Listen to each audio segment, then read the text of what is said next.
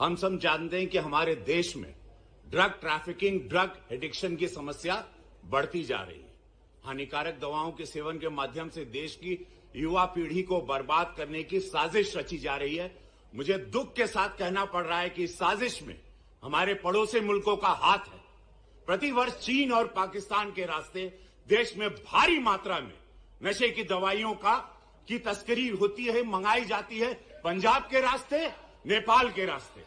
और नशे की दवाइयां हमारी फिल्म इंडस्ट्री में भी इसके एडिक्शन करवा दे। अरे सुनो यार, हमारी वो एडिक्शन आज हमारी सरकार ने कई लोगों को पकड़ा है, पकड़े जा रहे हैं। NCB is doing very good work.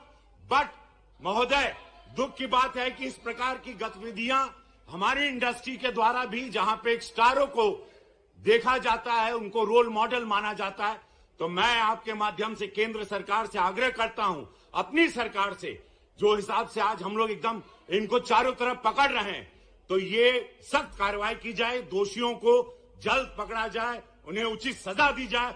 I was really embarrassed and ashamed that yesterday one of our members in the Lok Sabha spoke, who is from the industry, against, I'm not taking a name, against the film industry. It's a shame. जिस थाली में खाते हैं उसमें छेद करते हैं, गलत बात है। I need the protection, the industry needs the protection and support of the government. Hello दोस्तों बॉलीवुड में हिपोक्रेसी का एक और एग्जांपल सामने आया है। पार्लियामेंट में बीजेपी सांसद Ravi Kishan claimed that drug are smuggled from China and Pakistan and there is a conspiracy by the neighbouring countries to destroy the youth and he said drug addiction is also in our film industry.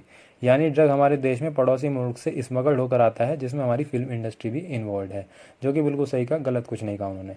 उसके बाद SP सांसद जया जी इस पर अपनी कड़ी प्रतिक्रिया देकर इसकी निंदा करती हैं और विरोध दिखाती हैं। वह बॉलीवुड को डिफेंड करते हुए कहती हैं, यह सांसद खुद इंडस्ट्री से हैं और ये वो लोग हैं जो जिस थाली में खाते हैं उसी में छेद करते हैं। वह कहती हैं, बॉलीवुड इंडस्ट्री का देश में बहुत बड़ा योगदान है और सबसे ज़्यादा टैक्स बॉलीवुड इंडस्ट्री से देश को जाता है। तकरीबन 15 लाख रोज़गार हर रोज़ बॉलीवुड इंडस्ट्री से प्रोड्यूस होता है और इनडायरेक्ट वे में 15 मिलियन तक रोज़गार प्रोड्यूस होता है। दूसरी तरफ श्वेता बच्चन की सोशल मीडिया पर पार्टी की कुछ तस्वीरें वायरल हो रही हैं, जिसमें वो नशे में दिखाई दे रही हैं और कहा तो यह भी जा रहा है दोस्तों कि यह पार्टी ड्रग्स की पार्टी है, जिस पर जया बच्चन कुछ नहीं कहती, खामोश रहती हैं। तो वह किसे बचाना चाह रही हैं?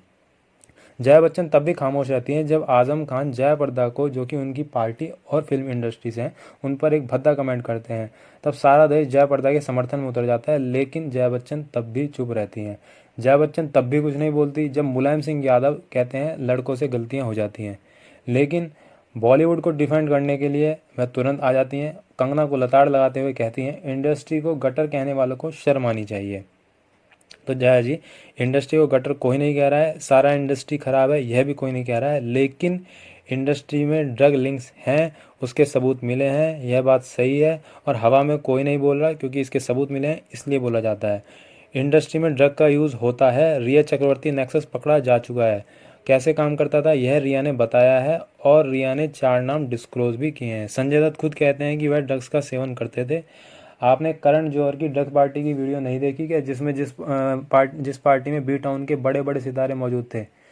There are so many things in Maharashtra that Jayaji did not feel need to raise in parliament or speak strongly. Number 1, Palghar Sadhu's mob lynching. Number 2, Disha was raped and killed brutally. Number 3, CBI for SSR. Number 4, Kangna office demolished brutally. Number 5, naval veteran assaulted brutally. Number 6, journalist arrested. What she spoke on? Defend Bollywood mafia.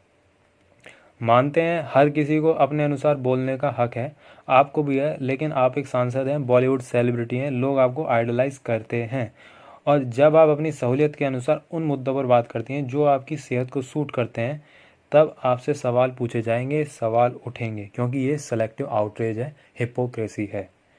दोस्तों, कंगना रनौत ने भी इस पूरे मुद्दे पर react करते हुए लिखा है, जया जी, वुड यू से the same thing if in my place it was your daughter Shweta beaten, drugged and molested as a teenage? Would you say the same thing if Abhishek complained about bullying and harassed constantly and found hanging one day? Show compassion for us also. दोस्तों, एक user professor AK Singh लिखते हैं, You and your family forget the Amar Singh helped to save Amitabh Bachchan company and film career when it was in a grave danger.